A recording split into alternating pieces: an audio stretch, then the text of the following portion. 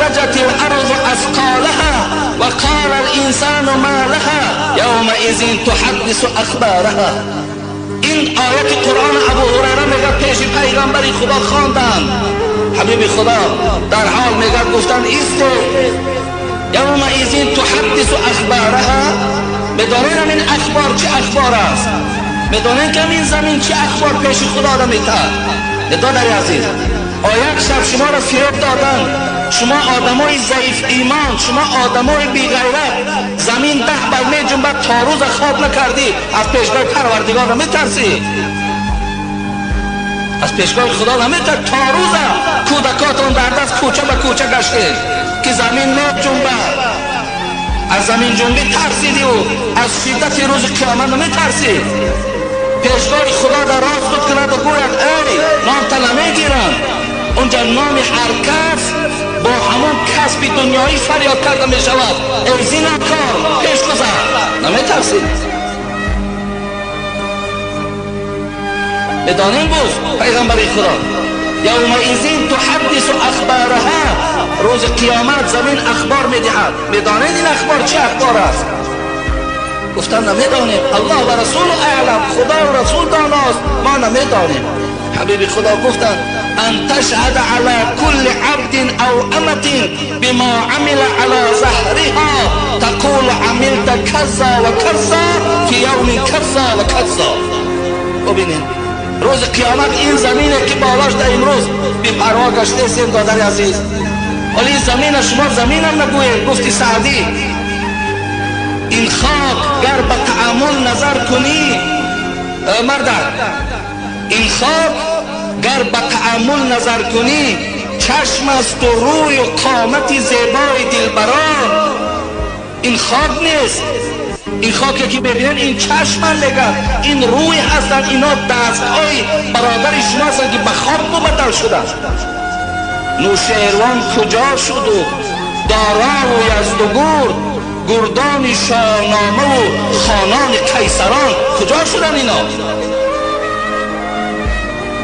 مرغ دیدم نشسته در باره کوس، کندره های توس در پیش نهاده کله کیکاووس، با کله همه گفت که افسوس افسوس کو بانگ جرس ها و چی شد ناله کوس. این مرغ از این کله کیکاووس میپرسید اون مالها کجا شد، اون رقص و بازی ها کجا شد، اون عیش و عشرتات کجا شد، اون عملهای زشتت کجا شد که امروز کله تو خوراک من شده است. برادر عزیز، تو را خدا مبلغ داد، شرایط داد، دولت داد، به خاطر آن داد که تو برعکس کوشش کنی که برادرایی که بیزنن خواهش زنگیری دارن زن دی، دخترایی که شوهر نمیابن برای اونا شوهر یاب، شوهر بر در جای کار مخصوص مشغول گردان. این از کار تو. و پول برای فساد کردن نیست، پول برای بی آبرو کردن دخترای مردم نیست. و این انسان هایی که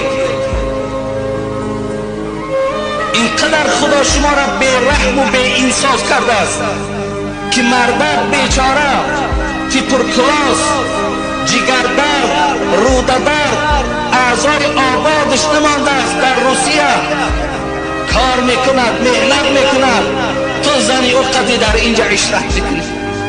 همین ایمانداری است. به نام خدا قسم به عزتش حبیب خدا گفتن من زنا او شرب الخمر نزع الله منه الایمان کما یخلع الانسان القمیص من رأسی. قسم به پروردگار اگر تو ای نوجوان مرد، ای ناپاک و پلید، تو ویروسی، تو یک میکروبی بدترین در بین این مردم مسلمانی، وقتی تو قدم به سوی خانه همون زن زدی، از غایبی شوهر همون استفاده بردی، یک قدم کندی خدا جان تا گرفت، به نام پروردگار تو به ایمان هستی. یک قدم زدن ده تو ایمان نداری. چگونه حبیب خدا گفت القمیص من رأسی، چگونه لباس آدم بدر میکند بدنش به لباس بماند، همچنان قدم تو را به ایمان میکند. تو نمیترسی از به ایمانی؟ او به ایمانی بر این آخر به قدری و به شرفی وجود ندارد. کسی از خواجه جندی بپرسید که تو به یا سگ و از کس ترسید؟ خواجه جندی 400-500 شاگرد داشت. یک آدم برای سنجش او آمد: ای شیخ، تو خوبی یا سگ؟ تو بهتری یا سگ بهتر است؟ مریدانش دویدن آشکاره که تا آنجا کنندش پاره پاره. مریدا خیستن گفتن ای بدبخت، این چی سوال است؟ این چی تحقیر است در حق استاد ما؟ پاره پارت میکنیم. به یک راه من کرد آن جمله را پیر، بگفتا نیستم آگاه ز تقدیر، نیستم آگاه از تقدیر. گر از اوباش را ایمان برم من، توانم گفت که صد بهترم من. وگر ایمان نخواهم برد ز اوباش، چو موی بودم من در سگ کاش.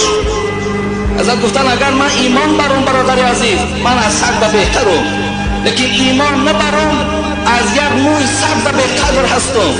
دادر عزیز، تو ایقای ایمانتا در یک عادی ترین کار، در یک لحظه که یک ساعت تو ایمانتا میفروشی، 1000 سالها در پیش خدا میسوزی.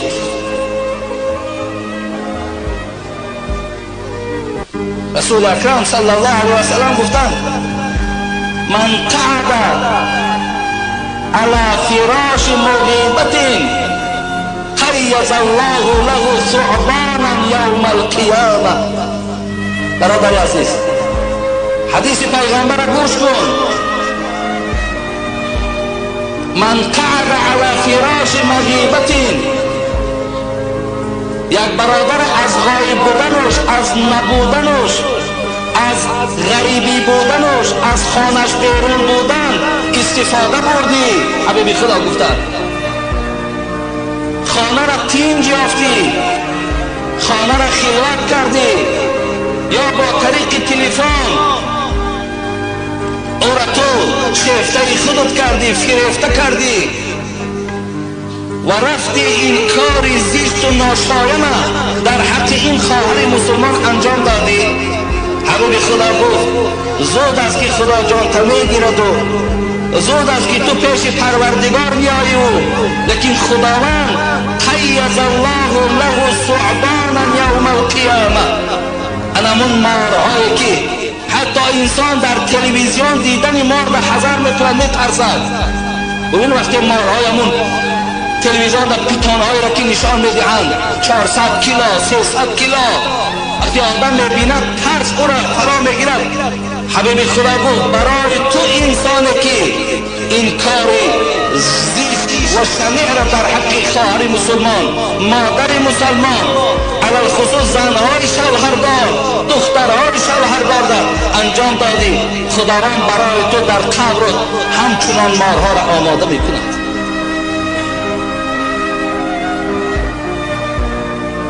خیلی جای تأسف، خیلی جای به خدا قسم رنجیدن وقتی گویند که شما برادر عزیز، هر کسی صدای مرا میشنود، وقتی گفتن دختر فلانی با فلان مرد یک جای شد، شما دختر فلانی را در ذهنتان نگذارانید، فقط دختر خودتان را در ذهنتان بگذارانید.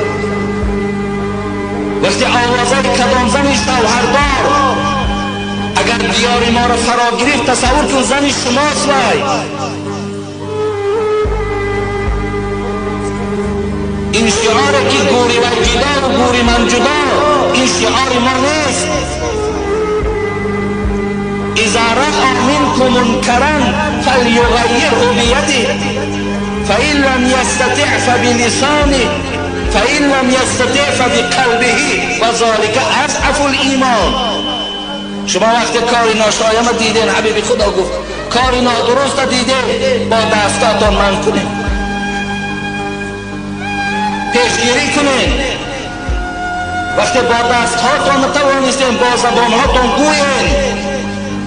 با زبانهاتان گفتن نتوانستین، با دلهاتان همون زن و همون مرد بد کردار و بد رفتار بد ببینید، لیکن این نشانه ضعیفی ایمان شماست. وقتی با زبانتان نتوانین گفتن.